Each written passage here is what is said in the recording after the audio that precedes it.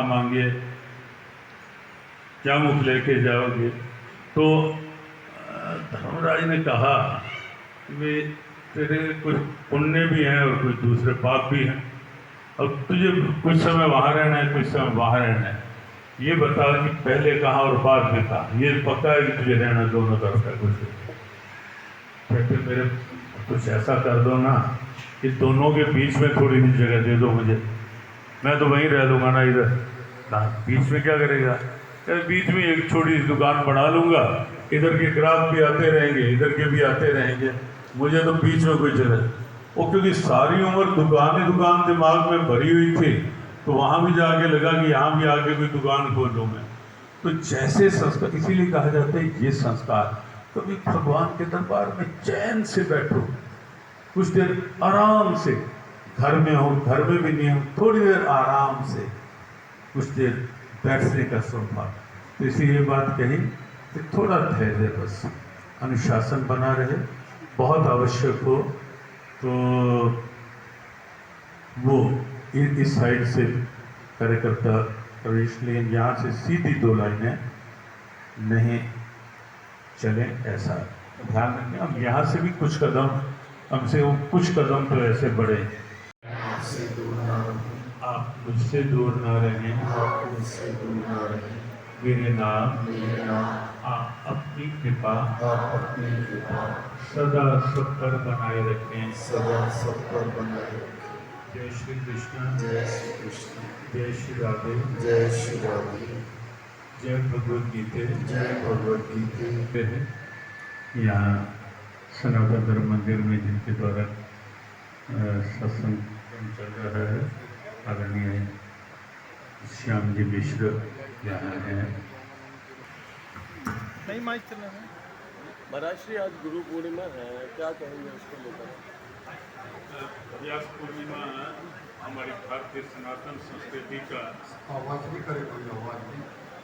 बहुत दिव्य, बहुत प्रेरणादायक पर्व है। महर्षि वेद व्यास हमारी ग्रंथ परंपरा के, ऋषि परंपरा के, गुरु परंपरा के एक मुख्य आधार माने जाते हैं। संपूर्ण हमारे जो वैदिक पौराणिक ग्रंथ हैं उनके मूल में महर्षि वेद व्यास हैं। और आज भी इसीलिए कथा का क्रम जहाँ प्रारंभ होता है वहाँ व्यासपीठ, उस आसन को व्यासपीठ, व्यास आसन कहा जाता है।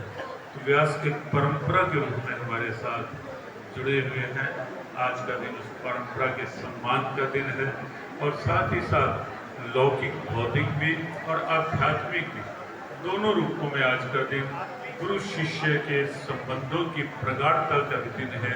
शिष्य का गुरुजनों के प्रति समर्पण भाव, आदर भाव हो और गुरुजनों के भीतर भी निष्काम भाव से शिष्य के उत्थान की एक परंपरा का, सम्मान का आधार हो। तो जब ये होता है तो वहाँ परंपराएं सम्मान पाती हैं, संबंधों की प्रगाढ़ता सामने आती है। तो आज का दिन ऐसी प्रेरणा का भी दिन है। निश्चित और निसंदेह भारत क्योंकि ऋषि प्रधान देश है, ऋषियों की परंपरा कष्ट सहकर भी सुख बांटने की परंपरा रही है, परोपकार परहित की परंपरा रही है। ऋषियों की परंपरा सर्वत्र समरस सद्भाव वातावरण की परंपरा रही है, जिसकी आज फिर से पूरे विश्व में आवश्यकता अनुभव की जा रही है। और उस आवश्यकता की सशक्त प्रेरणा है हमारा ये दिव्य पर्व, व्यास पूर्णिमा का पर्व। हमारी बहुत बहुत शुभकामना व्यास पूर्णिमा के पावन दिव्य पर्व की कण कण के लिए, जन जन के लिए, सबके। महाराज जी आज स्वदेशी सुरक्षा अभियान शुरू हो रहा है, स्वदेशी सुरक्षा और सॉइल नंबर निसंदेह यह भी हमारी क्योंकि ऋषि परंपरा भी अपनी स्वदेशी ऐसी परंपरा है जो पूरे विश्व में सद्भावना ला सकती है, स्वच्छता ला सकती है।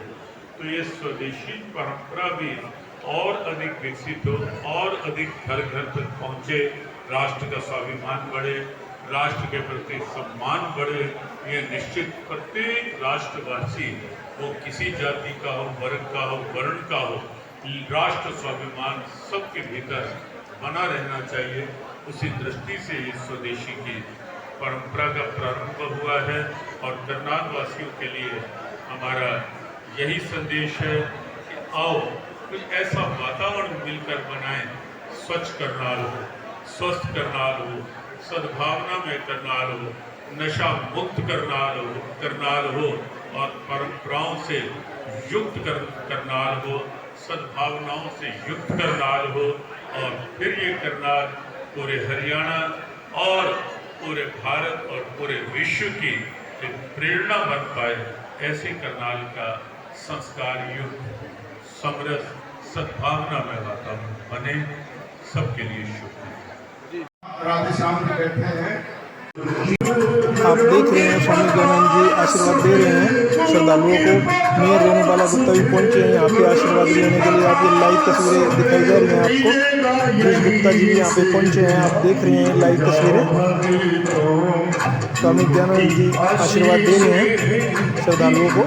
काफ़ी संख्या में यहाँ पे श्रद्धालु पहुंचे हैं।